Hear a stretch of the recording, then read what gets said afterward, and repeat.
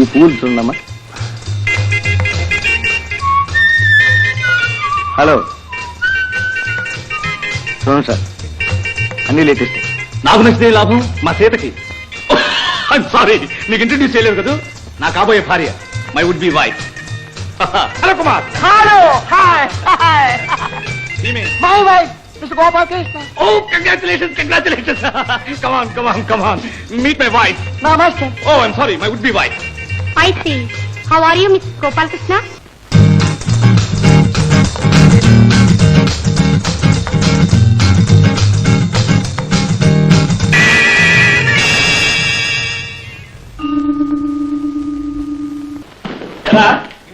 ఎక్కడికి వెళ్ళారు? ఇవాళ సావిత్రమ్మ గారు అరకెళ్ళి కదండి, అంతా అక్కడికి వెళ్ళారు. ఆహా, అందరూ వెళ్ళిపోయారు అన్నమాట.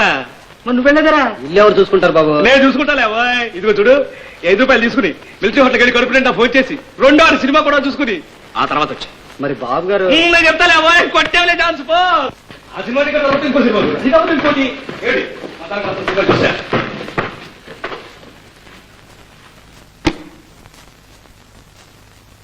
చూడు సీత, ఐఎమ్ సారీ, ఈ ప్యాకెట్ జాగ్రత్తగా లోపల పెడతావా?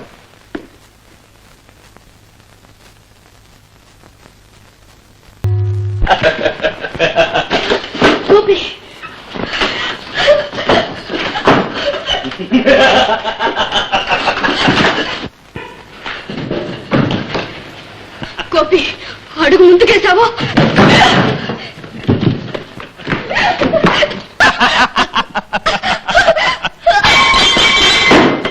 సీత, నీ ఎంత చూసా.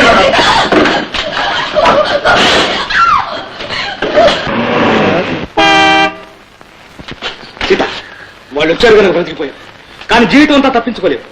నీ మెల్లో పసుపు రాసిన ఉడతాడు బిగించి నీ జీవితం అంతా నరకం చేయకపోతే నా పేరు గోపాలకృష్ణ గారు, గుర్తుంచు.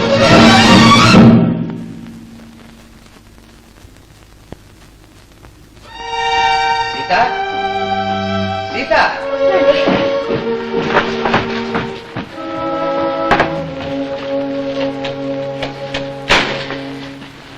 ఏం సీత, బజార్లో మీకు కావాల్సినవన్నీ కొనుక్కున్నారా?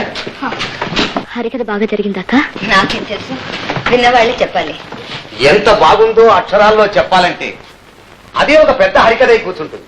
సూపర్.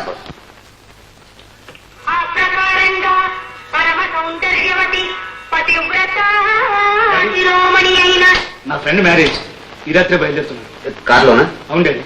జాగ్రత్తగా వెళ్ళి. ద్రౌపదీ దేవిని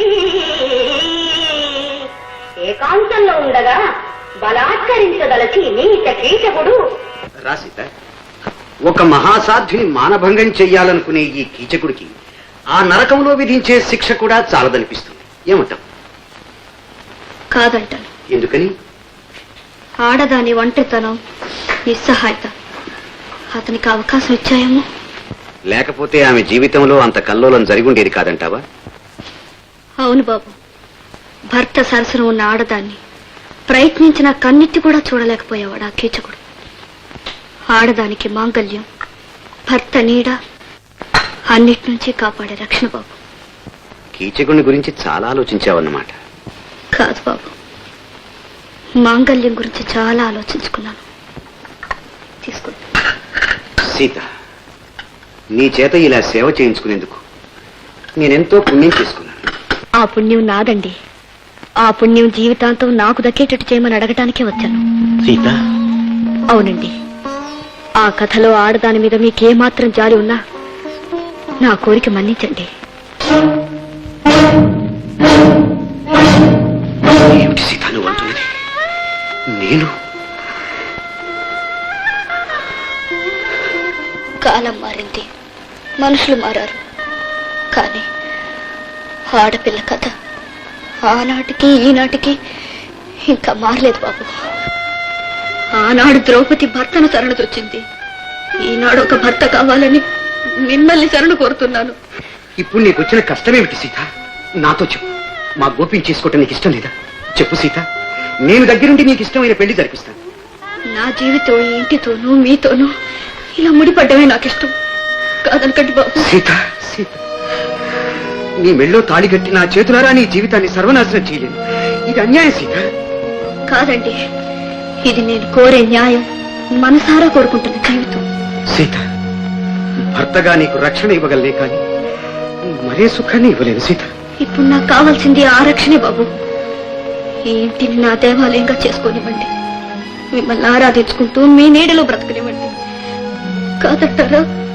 తీరని కోరికతో ఏ రక్షణ లేని జీవితాన్ని మీ బాధల ముందే కడతేయనివ్వండి.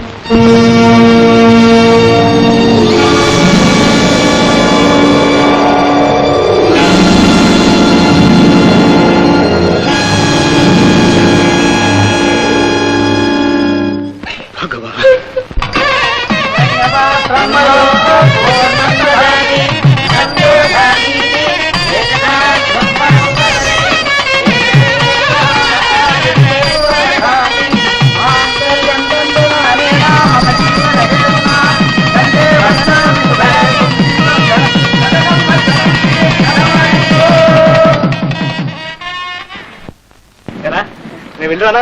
రే, ఈ పాట 5 రోజుల నుండి పాడుతున్నావు. కొన్ని కాదంటే మాత్రం అవుతావు ఏమిటి?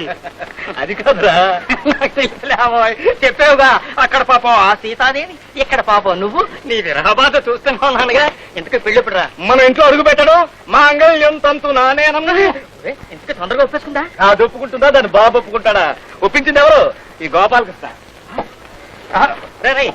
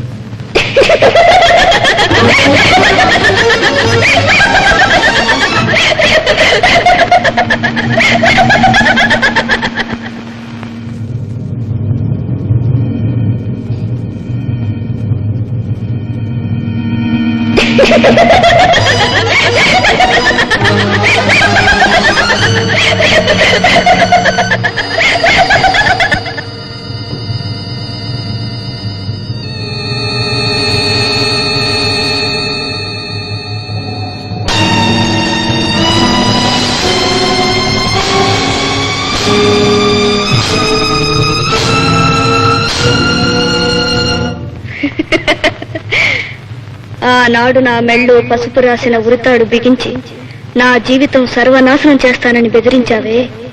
ఇప్పుడేం చేస్తావు? నేను మీ అమ్మనురా.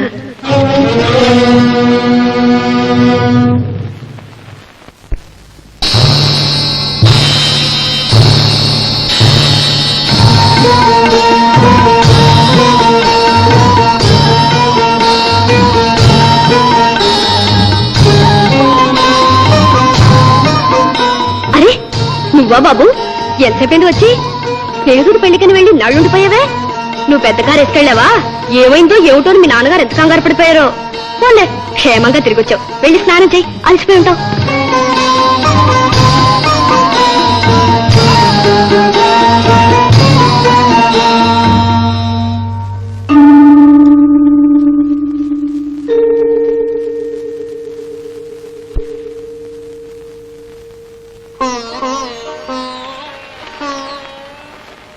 గోపి,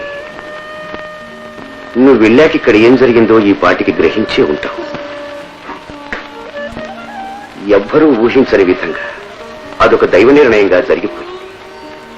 ఇన్నాళ్ళు ఈ ఇంట్లో సీతకు నేను ఇవ్వాలనుకున్న స్థానం వేరు, ఆమె ఆశిస్తున్నది వేరు. ఆమె కావాలనుకున్నది, కోరుకున్నది కేవలం ఒక రక్షణ. అదే ఆమెకి ఈనాడు నేను ఇవ్వక తప్పలేదు. అంతే గోపి, అంతే.